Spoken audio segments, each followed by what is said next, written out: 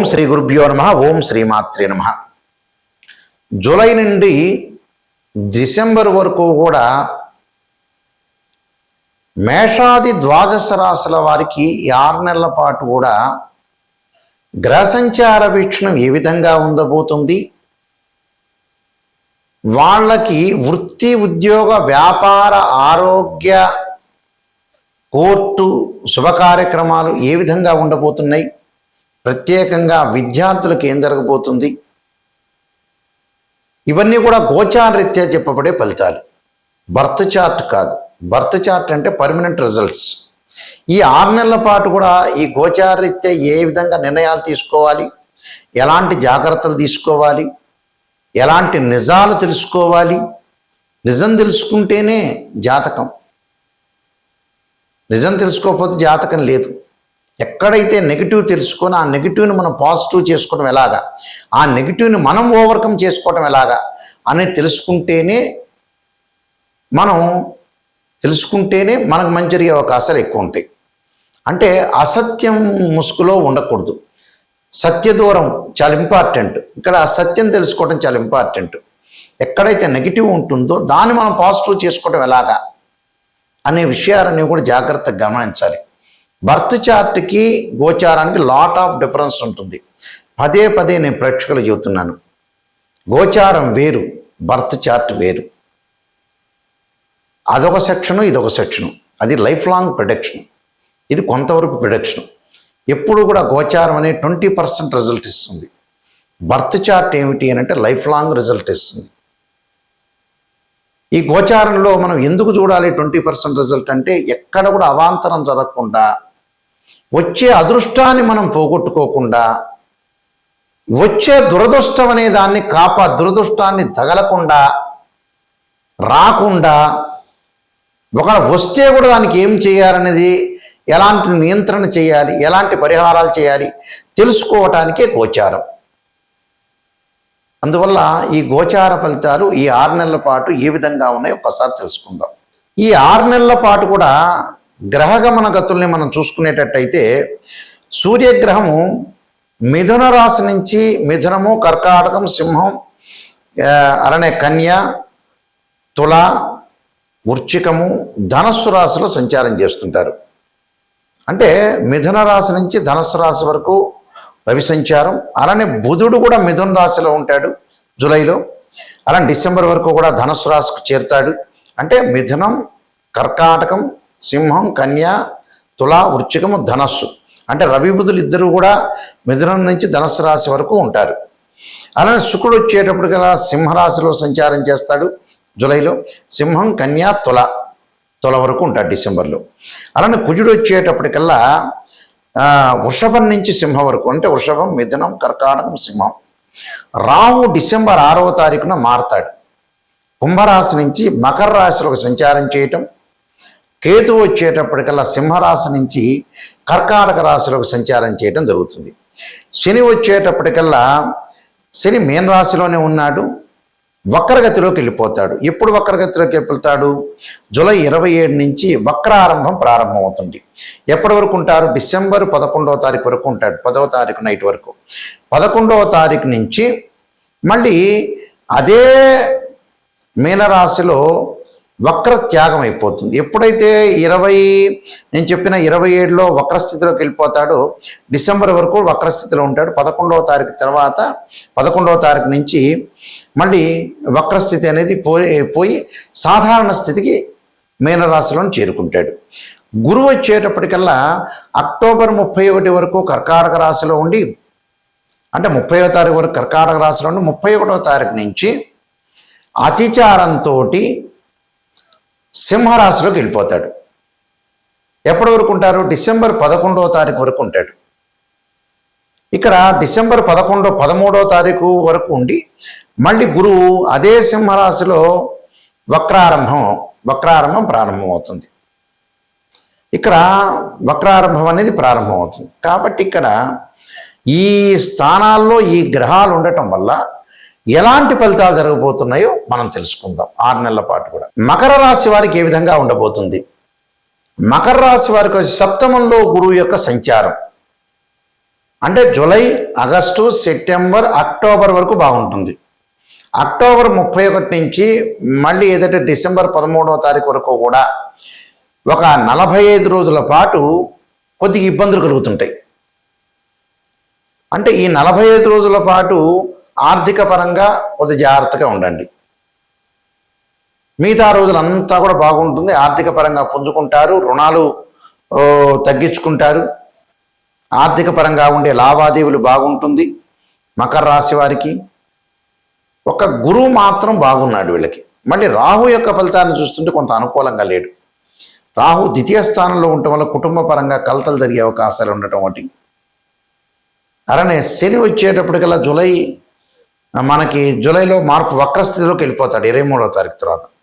వక్రస్థితిలోకి వెళ్ళిపోవటం వల్ల రాహుకు ద్వితీయ స్థానంలో, ఈ మకర రాశి వాళ్ళకి ద్వితీయ స్థానం యొక్క ప్రభావం పడటం వల్ల కొంత ఖర్చులు నియంత్రణ చేసుకోవాలి. అంటే వీళ్ళకి వచ్చేటప్పటికల్లా 44% బాగుంది, మిగతా పర్సెంట్ అనేది కొంచెం అనుకూలంగా లేదు. అంటే 56% అనుకూలంగా లేదు, ప్రతికూలం ఉంటాయి. నిర్ణయాలు తీసుకున్నప్పుడు కొంచెం జాగ్రత్తగా ఉండాలి. ప్రతి విషయంలో కూడా కొన్ని మర్చిపోకూడదు, భయం కలిగే అవకాశం ఉంటుంది. ధనపరంగా ఇబ్బందులు కలగవు, కానీ ఎక్కడో అక్కడ 30% డబ్బులు ఖర్చు అవుతుంటాయి. వృధా ఖర్చు చేయొద్దండి. భార్యాభర్తల మధ్యలో చికాకులు కలగకుండా చూసుకోండి. విదేశాలకు వెళ్ళే అవకాశాలు, నూతన వ్యాపారం ప్రారంభం చేయొచ్చు. ఉద్యోగంలో ప్రమోషన్లు వచ్చే అవకాశాలు ఉంటే ఉద్యోగపరంగా అనుకూలంగా ఉంటుంది. ప్రతి పనిలో కూడా వాళ్ళు విజయం సాధించే అవకాశాలు బాగా ఎక్కువ ఉంటాయి. విద్యార్థులకు కూడా చాలా చక్కని చదువు వచ్చే అవకాశం ఉంటుంది. కాబట్టి వీళ్ళు చేయాల్సిన నిర్ణయాలు ఏమిటంటే విష్ణు సహస్రనామ పారాయణం చేయాలి, కమలాదేవి యొక్క స్తోత్ర పారాయణం చేయాలి. అలానే ఆర్థిక పరంగా బాగుంటుంది, కానీ ఆరోగ్యపరంగా ఇబ్బందులు కలగకుండా ఉండటానికి నువ్వుల నూనెతో శనికి అభిషేకం చేయటం, అలానే నువ్వుల నూనెతో శివుడికి అభిషేకం చేయాలి. చాలామంది తెలియదు నువ్వుల నూనెతో శివుడు అభిషేకం చేస్తారని. పురాతన పద్ధతుల్లో ఉంది. అంటే నువ్వుల నూనెతో శివుడికి అభిషేకం చేస్తే ఆయు ప్రమాణం పెరుగుతుంది, ఆరోగ్యపరంగా ఇబ్బందులు కలగవు అని అర్థం. 2 జంట సర్పాలను దానం చేయాలి. అంగారకుడి యొక్క జపం చేయటం, అంగారక హోమం చేయటం వల్ల కూడా చాలా మంచి జరిగే అవకాశాలు ఖచ్చితంగా ఉంటాయి. అంటే ఇలాంటివన్నీ కూడా చేయాలి. ఇవన్నీ చేయటం వల్ల చాలా అనుకూలమైన ఫలితాలు జరిగే అవకాశాలు బాగా ఎక్కువగా ఉంటుంది. కాబట్టి విదేశాలకు వెళ్ళే అవకాశం బాగా ఎక్కువ ఉంటుంది. ఆర్థిక పరంగా పుంజుకుంటారు. ఎక్కడో నియంత్రణ చేయాలి. ఉద్యోగంలో ప్రమోషన్ వస్తుంది, వ్యాపార పరంగా విస్తరణ చేస్తారు, నూతన వ్యాపారాలు కూడా పెట్టుబడులు పెడతారు. కానీ ఆర్థిక పరంగా డబ్బులు ఖర్చు విషయంలో కొంత నియంత్రణ చేసుకోండి. నియంత్రణ చేసుకుంటే బాగుంటుంది. కోర్టు సమస్యలు రాకుండా చూసుకోండి. అన్నదమ్ముల మధ్య గొడవలు రాకుండా చూసుకోండి. ఇలాంటివన్నీ చూసుకుంటే మనకు మంచి జరిగే అవకాశాలు ఖచ్చితంగా ఉంటాయి. ప్రధానంగా ఇవన్నీ కూడా గోచారరీత్యా చెప్పబడే ఫలితాలు అంటారు. అంటే గ్రహాల యొక్క మార్పును మనం చూసుకునేటట్టయితే మేజర్ గ్రహాలైన గురువు, శని, రాహు, కేతులు, నేను ఇందాక చెప్పినట్టుగా రవి, బుధ గ్రహాలు ఒక రాశి నుంచి మరో రాశికి మారటం, కుజుడు మారటం, శుక్రుడు మారటం, ఈ మార్పుల వల్ల, గురువు శని మార్పుల వల్ల ఇలాంటి ఫలితాలు జరిగే అవకాశం ఉంటుంది. ఇవన్నీ కూడా గోచారరీత్యా చెప్పబడే ఫలితాలు. బర్త్ చార్ట్కి గోచారానికి లాట్ ఆఫ్ డిఫరెన్స్ ఉంది. గోచారం అంటే 20% సపోర్ట్, అంటే చెడు జరుగుతుందా మంచి జరుగుతుందా, వృత్తి, ఉద్యోగ, వ్యాపారాలు, ఆరోగ్యము, వివాహము, విద్య, వైద్యము, ఈ విషయాలు ఏ విధంగా ఉండబోతుంది అనేది గోచార పరంగా మనం ఎలాంటి నిర్ణయాలు తీసుకోవాలి, ఎలాంటి నిర్ణయాలు తీసుకోకూడదు, ఎలాంటివి అనుసరించాలి, ఎలాంటివి అనుసరించకూడదు చెప్పబడేవే గోచారం అంటారు. అంటే మనం నడిచే నడకలో ఎలాంటి మార్పులు వస్తాయి, ఎలాంటి నిర్ణయాలు తీసుకోవాలి, ఇది ఈ 6 నెలల పాటు ఎలాంటి పొరపాట్లు చేయకూడదు. అంటే ఈ 6 నెలల పాటు ఇలాంటి చాలా జాగ్రత్తగా చూసుకోండి. ఆరోగ్యం అంటే కొద్దిగా భగవంతుడి యొక్క ఆరాధన చేయాలి, వైద్యుడిని సంప్రదించాలి, జాతకపరంగా ఎలా ఉందో అని చూపించుకోవాలి. బర్త్ చార్ట్ చాలా ఇంపార్టెంట్. ఇది 20%, బర్త్ చార్ట్ 80%. చాలామంది కూడా బర్త్ చార్ట్ పరిశీలన చేసేటప్పుడు కేవలం మాకు గురువుగారండి ఇలా రాశిచక్రం అండి ఈ లగ్నంలో ఇది ఉందని చెబుతారు. అది కాదండి. రాశిచక్రంలోనే మకర రాశిలో గురువు 5 డిగ్రీలో ఉంటే నీచ, తర్వాత పరమనీచ. కొన్ని గ్రహాలకు ఉచ్చ నీచ స్థితులు ఉంటాయి. ఎన్ని డిగ్రీల వరకు ఉచ్చ, ఎన్ని డిగ్రీల నీచ, ఏ దృష్టి ఉంది, కేవలం రాశిచక్రమే చూడటం కాదు, 16 డివిజనబుల్ చార్ట్స్ ఉంటాయి, అవన్నీ పరిశీలన చేయాలి. అంటే ఒక అమ్మాయికి కానీ అబ్బాయికి కానీ వివాహం జరగట్లేదంటే రాశిచక్రము, నవాంశము, భావచక్రంలో మధ్యవాన్ని కూడా తీసుకోవాలి. ప్రారంభము, మధ్యము, అంత్యము అంటారు చివరిలోనే. ఎన్ని డిగ్రీల్లో క్యాలిక్యులేషన్ చేయాలి, దశలు ఎలా ఉన్నాయి, అంతర్దశలు ఎలా ఉన్నాయి, ఇవన్నీ చూడాలి. దశలు, అంతర్దశలు, వీలైతే ప్రాణదశలు, ఇవన్నీ కూడా చాలా ఇంపార్టెంట్. ఇవి చూడాలి. ఈ చక్రాన్ని మ్యాథమెటికల్ క్యాలిక్యులేషన్ వేయాలి. ఇలాంటివన్నీ చూసిన తర్వాతే మనం జాతకాన్ని చెప్పాలి. అలానే ద్వాదశ భావాధిపతులు ఉంటారు. తను భావానికి రవి అని, ద్వితీయ భావానికి గురువు అని, తృతీయ భావానికి కుజుడని, చతుర్థ భావానికి చంద్రుడు బుధుడని, అలా పంచమ భావానికి గురువు అని, షష్టమ భావానికి కుజుడని, ఇలాంటి భావాలన్నీ మనం చూడాలి. భావాధిపతులు, రాస్యాధిపతులు, ఆ గ్రహం ఏ స్థానంలో ఉంది, ఈ మూడింటిని కూడా అనాలిసిస్ చేయాలి. మళ్ళీ దృష్టి, జాతకంలో ఏమైనా కాలసర్పదోషం ఉందా, సర్పదోషం ఉందా, పునర్భవ దోషం ఉందా, మాంగళిక దోషం స్త్రీలకు ఉందా, వివాహపరంగా ఉండే దోషాలు ఏమైనా ఉన్నాయా, ఆరోగ్యపరంగా ఇబ్బందులు ఏ విధంగా ఉండబోతున్నాయి, ఉద్యోగపరంగా రవి ఎక్కడున్నాడు, ఇలాంటి అన్ని గ్రహాలని కూడా అనాలిసిస్ చేయాలండి. అనాలిసిస్ చేయాలంటే ఆస్ట్రాలజీ పరంగా చాలా జాగ్రత్త అనాలిసిస్ చేయాలి. అనాలిసిస్ చేస్తేనే మనకు తెలుస్తుంది యాక్చువల్గా. అయితే మమ్మల్ని అప్రోచ్ అయ్యే వాళ్ళు ఎవరైనా సరే నిజాన్ని తెలుసుకోండి. నిజం అనేది నిప్పు లాంటిది. అంటే ఎక్కడైతే నెగిటివ్ ఉంటుందో దాన్ని మనం పాజిటివ్ చేసుకోవాలి. నా దగ్గరికి వచ్చిన వాళ్ళు ఎవరైతే ఉన్నారో, ఎవరైతే వస్తారో వాళ్ళందరికీ కూడా, మీకు ప్రేక్షకులందరికీ కూడా ఒక ముఖ్య గమనిక, అందరూ కూడా వాయిస్ రికార్డింగ్ పెట్టుకోండి. నేను చెప్పేది వాయిస్ ఎందుకు రికార్డింగ్ పెట్టుకోమంటున్నా అంటే మళ్ళీ రిపీట్ వినే అవకాశం ఖచ్చితంగా ఉంటుంది. అది నేను నెగిటివ్ చెబుతున్నానా పాజిటివ్ చెబుతున్నా తెలుసుకోండి. కానీ ఖచ్చితంగా నెగిటివ్ తెలుసుకోవాల్సిందే. పాజిటివ్ తెలుసుకునేటట్టయితే మీకే తెలుస్తుంది జాతకం, మా కన్సల్టింగ్ ఫీజు ఇవ్వక్కర్లా. నెగిటివ్ గురించే రాబోయే రోజుల్లో వృత్తి, ఉద్యోగ, వ్యాపారాలు ఎలా ఉండబోతున్నాయి, ఆరోగ్యపరంగా నిజం తెలుసుకోవాలి, ఉద్యోగపరంగా నిజం తెలుసుకోవాలి, వ్యాపారపరంగా నిజం తెలుసుకోవాలి, వివాహపరంగా కూడా నిజం తెలుసుకోవాలి. నిజం తెలుసుకోలేదనుకోండి మనం మోసం చేసుకునే వ్యక్తులం అవుతాం. అంటే స్వయంకృత అపరాధం. మనం మోసం చేసుకొని మనం బ్లేమ్ చేసుకున్నట్టు అవుతాం. నిజాన్ని తెలుసుకోవాలి. సత్యదూరం అంటారు చూసారా, అలా నిజాన్ని తెలుసుకొని మనం ముందుకెళ్తే మన జీవితం లైఫ్ బాగున్నట్టే. ఎక్కడైతే నెగిటివ్ ఉంటుందో దాన్ని పాజిటివ్ చేసుకుని ముందుకెళ్తే మనకు మంచి జరిగినట్టే. అందువల్ల ఇన్ని డివిజనబుల్ చార్ట్స్ చూడాలి. కేవలం రాశిచక్రంతో తెలియదు. రాశిచక్రంలో లేని నవాంశంలో తెలియవచ్చు, నవాంశంలో తెలియవచ్చు. అలానే వృత్తిరీత్యా మనం ఎలా తెలుసుకోవాలి, రాశిచక్రము, దశమాంశము, భావచక్రం, దశలో అంతర్దశలు. సంతానపరంగా ఎలా తెలుసుకోవాలి, రాశిచక్రం, సప్తమాంశం, భావచక్రం, దశలో అంతర్దశలు. ఈ మోడల్లో మనం అనాలిసిస్ చేయాలి. ఈ మోడల్లో దశలు, అంతర్దశలు, ఒక్కొక్క లగ్నానికి మంచి దశలు ఉంటాయి, చెడ్డ దశలు ఉంటాయి. ఏ దశలు కలిసి వస్తాయి, ఏ అంతర్దశలు కలిసి వస్తాయి అనేది కంప్లీట్గా ఆస్ట్రాలజీ పరంగా అనాలిసిస్ చేయాలి. చాలామంది కూడా కంప్లీట్గా అనాలిసిస్ చేయకుండా ఏదో గొప్పలు చెప్పడం. ఒక్కటి గుర్తుపెట్టుకోండి, ఫేక్ అనేది గమనించండి. ఇప్పుడు చెబుతున్నారు ఉదాహరణకి, ఈశాన్యంలో ఉప్పు దీపం పెట్టండి, ఆ ఉప్పు దీపంతో కోటీశ్వరులు అవుతారట. ఎంతమంది ఉప్పు దీపాలు పెట్టారు, ఎంతమంది ఉప్పు దీపం పెట్టిన అన్ని నగరాల్లో అందరూ కోటీశ్వరులు అయ్యారా? అది రాంగ్ సంబంధించినవి. అంటే రాంగ్ రెమెడీస్ అని అర్థం. అలా కాదు, జాతకంలో నిజాన్ని తెలుసుకోవాలి.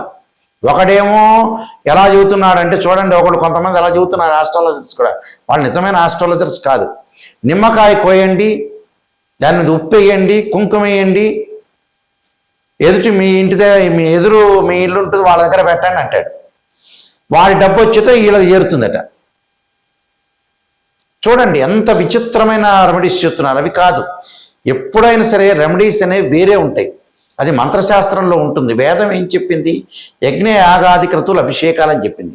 లేదా ఆ మంత్రాన్ని చదువుకోవటం, ఇంట్లో మీరు భగవంతుడి యొక్క మంత్రాన్ని, స్తోత్రాన్ని పారాయణం చేసుకోవటం, ఇలాంటి మంత్రాలు చదువుకుంటే చాలా మంచిది. అందువల్ల ఇవన్నీ గమనించండి. ఎవరెవరిని చెబుతున్నారు ఆస్ట్రాలజీ పరంగా, మ్యాథమెటికల్ క్యాలిక్యులేషన్ మోస్ట్ ఇంపార్టెంట్. మేము వంశపారంపర్యంగా చెప్పే వ్యక్తులం. నేను 15 బుక్స్ రాశాను. కాలసర్పయోగము, కాలసర్పయోగ చంద్రిక, రాహుకేతులు, ఛాయాగ్రహాలు, స్వప్నశాస్త్రం, బృహత్పరిహార సింధు, అలానే జాతక చంద్రిక, వివాహ మార్తాండము, స్వప్నశాస్త్రము, పుత్ర గణపతి వ్రతము, ఇలాంటి నెంబర్ ఆఫ్ ఆస్ట్రాలజీ, అలానే prediction of astrology, transit of planets, ఇలాంటి నెంబర్ ఆఫ్ బుక్స్ రాశాయి. అలానే నవగ్రహ దోషాలు పోవటానికి ద్వాదశ మహావిద్యల యొక్క సూత్ర పరణాలు, ఇవి మా దగ్గర దొరుకుతాయి. ఇవన్నీ కూడా మోహన్ పబ్లికేషన్ వారు రాజమండ్రి వాళ్ళు ప్రింట్ చేశారు. వాళ్ళ దగ్గరైనా మేము పుస్తకాలు తీసుకోవచ్చు. రాజమండ్రిలో కోటగుమ్మంలో మోహన్ పబ్లికేషన్ అతి పెద్ద పబ్లికేషన్ ఉంది. వాళ్ళ దగ్గర కూడా మీ మా బుక్స్ దొరుకుతాయి. కాబట్టి మా వెబ్సైట్ www.nayakanti.com, www.nayakanti.in చూడండి. నిజాన్ని తెలుసుకునే వాళ్ళు మాత్రమే మాకు ఫోన్ చేయండి. నిజం తెలుసుకున్నారనుకోండి మీకు మంచి జరిగే అవకాశం ఉంటుంది. నా ద్వారా, నాయకంటి గారి ద్వారా 10 మంది బాగుపడితే కూడా అయ్యో వీళ్ళు నా ద్వారా బాగుపడ్డారని మాకు కూడా సంతృప్తి అవుతుంది. ఎందుకంటే మనిషి బతికేది లేదు, ఉండేది లేదు. ఏ రోజైనా కూడా బ్యాగ్ సర్దుకొని వెళ్ళిపోవటమే. 55 ఏళ్ళు 60 ఏళ్ళు రాగానే మనిషి ఉండేది ఏం లేదు. మనకి ఎప్పుడూ మనం ఎవరికి కూడా పాపం చేయకూడదు, ఎవరికి నష్టం చేయకూడదు. కర్మ ఫలితం అంతా కూడా అనుభవించే అవకాశం ఉంటుంది. కాబట్టి జాగ్రత్తగా మనం ప్రతి వాళ్ళని మంచిగా చూడాలి, మనం మంచి మార్గంలో నడవాలి, మనం మంచి నిర్ణయాలు తీసుకోవాలి, భగవంతుడి యొక్క ఆరాధన చేయాలి, గురువులను గౌరవించాలి. ఇది చాలా ఇంపార్టెంట్. అదే చాలామంది కూడా చదువుకున్నా కూడా బ్రెయిన్ మెచ్యూరిటీ వాల్యూస్ పెరగదు. చూడండి, చాలామంది కూడా రకరకాలుగా పెరగకుండా ఉండేవాళ్ళు చాలామంది ఉన్నారు. అందువల్ల బ్రెయిన్ అనేది పెంచుకోవాలి. ఎక్కడ మిస్టేక్ చేస్తున్నా స్త్రీయ లోపం పెరుగుట పెద్ద విద్య, లోపం ఎరిగిన వాడే పూర్ణుడవుతాడు. అలాంటి విషయాలు చాలా జాగ్రత్తగా చూసుకోండి. నేను ముందుగానే మీకు ఆ పరిహారాలని చెప్పి ఆ పరిహారాలు మీరు పాటించండి. పాటిస్తే మంచి జరుగుతుంది. ఏదన్నా ఫోన్ చేయాలంటే స్క్రీన్ మీద స్క్రోలింగ్ అవుతున్న నెంబర్ ఉంటుంది. ఆ నెంబర్ డైరెక్ట్ నా దగ్గరికే వచ్చేస్తుంది. నేనే మీతోటి క్లియర్గా మాట్లాడతా. నేను జాతకం చెప్పేటప్పుడు కూడా వాయిస్ రికార్డింగ్ అనేది పెట్టుకోండి. మళ్ళీ వాయిస్ రికార్డింగ్ అనేది పెట్టుకుంటే ఏంటంటే మీరు రిపీట్గా వినే అవకాశం ఉంటుంది. నిజాన్ని తెలుసుకునే వాళ్ళు మాత్రమే నాకు ఫోన్ చేయండి. మీ అందరికీ కూడా పరమేశ్వరుడి యొక్క కరుణాకటాక్షం ఉండాలని ఆశిస్తూ సర్వే జనా సుఖినో భవంతు.